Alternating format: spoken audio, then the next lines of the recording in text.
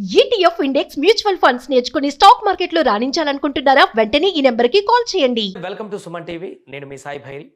బంగారం వెండి ధరలు గత 4-5 రోజుల నుంచి కొంత వ్యత్యాసాలతో కూడుకున్న రేట్లు కనిపిస్తున్నాయి. వరుసగా తగ్గుతున్నటువంటి ధరలు నిన్న కొంత పెరుగుదల కనిపించింది. ఈ రోజు కూడా అదే రకమైనటువంటి పెరుగుదల కనిపిస్తుంది. దీనికి సంబంధించి మనం మాట్లాడదాం. ఇంకా పెరిగేటువంటి సూచనలు ఉన్నాయా, తగ్గుతాయా, ఏం జరగబోతుంది గోల్డ్ వెండి ధరలు అనేది.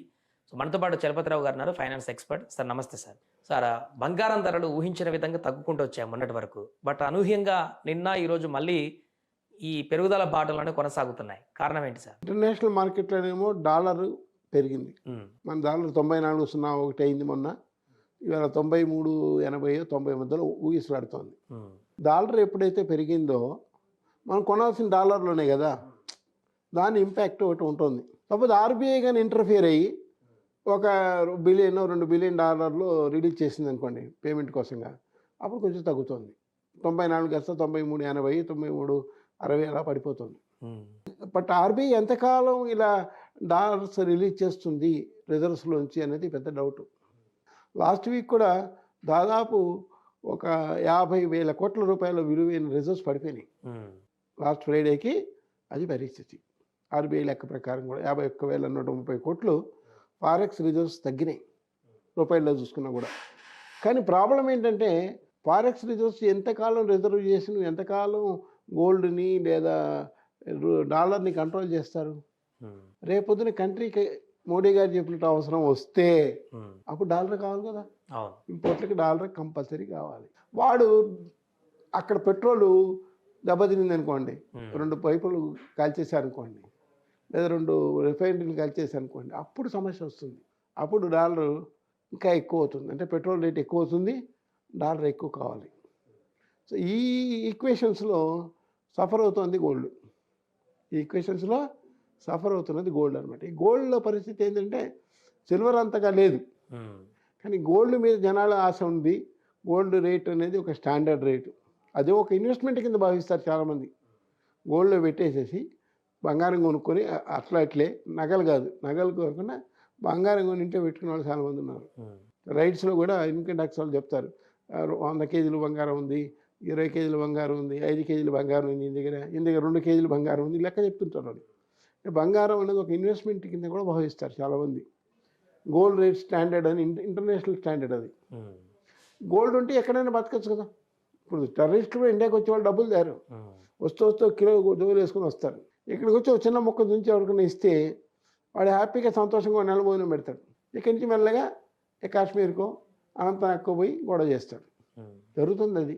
అంటే గోల్డ్కి ఆ వాల్యూ ఉంది, ఇంటర్నేషనల్ కరెన్సీ అది. ఇక డాలర్కి కూడా ఆ వాల్యూ లేదు. డాలర్ తీసుకెళ్ళి వేరే దేశాలు ఇస్తే చెల్లదంటారు కొన్ని దేశాల్లో.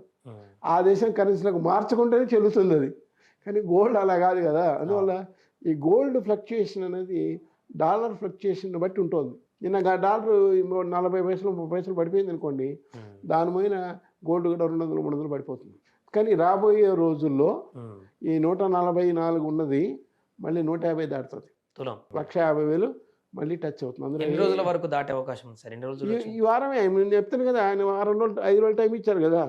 అంటే శనివారం, ఆదివారం, సోమవారం రాబోయే రోజుల్లో ఇది మళ్ళీ పెరుగుతుంది. దీన్ని ఆపలేరు ఎవరు. అంటే ఇప్పుడు ట్రంప్ చేసిన ప్రకటన వల్లనే మళ్ళీ పెరుగుదల స్టార్ట్ అయింది. మళ్ళీ తరలి అన్నిటికీ మూలం ఆయనేనండి. ఇప్పుడు 7వ గడిలో శని ఉంటే మొత్తం శని అంటారు, అదే పరిస్థితి ఇది. అంటే ఎప్పటి వరకు ఇలాంటి సిచ్యువేషన్లు కొనసాగే అవకాశం? అంటే యుద్ధం యొక్క తీవ్రత ఎంత ఉంటుంది అనేది గెస్ చేయడం కష్టం. ఒక నిజంగా అమెరికా వెనకడుగు వేసి యుద్ధం ఆపేశారనుకోండి, సంతోషం. అప్పుడు గోల్డ్ పెరగదు. ఇక అప్పుడు గోల్డ్ పెరగదు, పెట్రోల్ పెరగదు, ఏది పెరగదు, హ్యాపీగా ఉంటాం. స్టాక్ మార్కెట్కి నార్మల్గా నడుస్తూ ఉంటుంది, నష్టం లేదు. కానీ ఆయన కానీ తీవ్రంగా చేశారనుకున్న 5 రోజులు రెస్ట్ అనేది వెనక్కి అడుగు వేసి సింహంలాగా దూకుతాడనేటువంటి అంచనా అయితే అందరికీ ఉంది.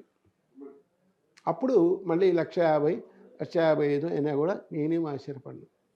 సో రాబోయే శనివారం సోమవారం డిసైడ్ చేస్తాయి గోల్డ్ని, ఈరోజు కాదు. శనివారం ట్రంప్ తీసుకున్న నిర్ణయం ఎలా ఉంటుంది, లేదా ఆదివారం ఏం చేయబోతున్నారు, రిటాలియేషన్ ఉంటుందా, తిరుగుదాడి చేస్తారా లేదనే చూడాలి. అంటే ఇన్వెస్టర్లకు ఇది కరెక్ట్ టైమే అంటారా ఏమైనా ఇన్వెస్ట్ చేసుకోవడానికి? ఇది అటు ఇటుగా సంధి సమయం. ఇప్పుడు ఇన్వెస్ట్ చేయడం అంటే చేతులు కాల్చుకోవడమే. వాళ్ళు యుద్ధం లేదు అని అనుకోండి, అప్పుడు నా 135కి 134కి 120కి వచ్చేస్తుంది. అప్పుడు ఏం చేయాలి? తులం 1,20,000 1,30,000కి వస్తే ఏం చేయాలా? లాస్ కదా. అందువల్ల ఇప్పుడైతే ప్రస్తుతానికి పెద్ద పెద్ద ఇన్వెస్ట్మెంట్ చేసేవాళ్ళు చేయరు. ఏదో తెలియని మార్కెట్ తెలియని వాళ్ళు, చిన్న చిన్న వాళ్ళు అమెచ్యూర్స్ చేస్తారు అంతే. చేతులు కాలుతాయి. చేతులు కాలిన తర్వాత మిస్టేక్ అనుకుంటారు. అది మాత్రం నిజం. కానీ తీవ్రంగా చర్య తీసుకుంటే శనివారం ఆదివారం రాబోయే సోమవారాల్లో అమెరికా కన్నా పెరిగిపోతుంది. అప్పుడు 150 దాటిపోతుంది. కానీ మొన్నటి వరకు ఇరాన్ ఇజ్రాయెల్ అంత తీవ్రంగా యుద్ధం జరుగుతున్న సందర్భంలో కూడా గోల్డ్ తగ్గుకుంటూ వచ్చింది.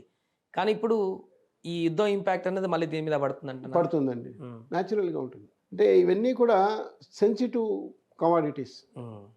సెన్సిటివ్ కమాడిటీ అంటే పెట్రోల్ కానీ, డీజిల్ కానీ, లేకపోతే బంగారం కానీ, డాలర్ కానీ, ఇవన్నీ సెన్సిటివ్ కమాడిటీస్. ఏ ఒక్క చిన్న సంఘటన జరిగినా కూడా దాని ఇంపాక్ట్ మొత్తం ప్రపంచం మీద ఉంటుంది.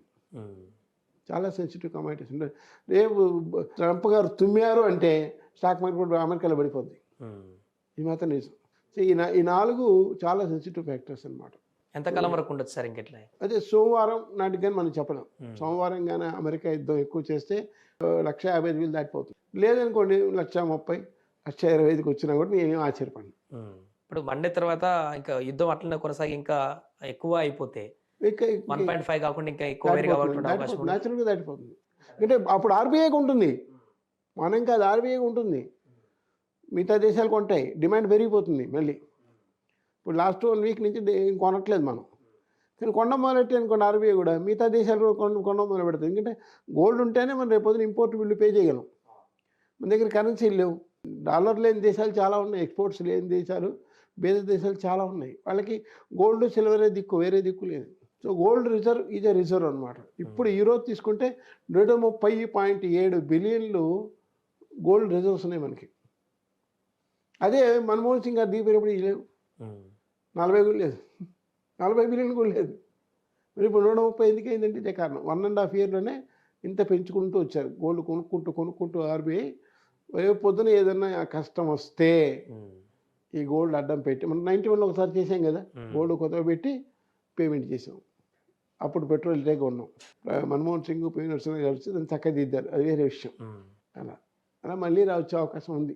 సో అది ప్రస్తుతం బంగారం వెండి ధరల్లో కొనసాగుతున్నటువంటి వ్యత్యాసాల ప్రభావం. సండే మండే వరకు ట్రంప్ తీసుకున్నటువంటి నిర్ణయం 5 రోజుల గ్యాప్ తర్వాత ఎలాంటి నిర్ణయం తీసుకుంటాడనే దాన్ని బట్టే ఇంకా ఈ పెరుగుదల తగ్గుదల అనేది కూడా డిపెండ్ అయి ఉంటుందంటే చెప్తున్నారు.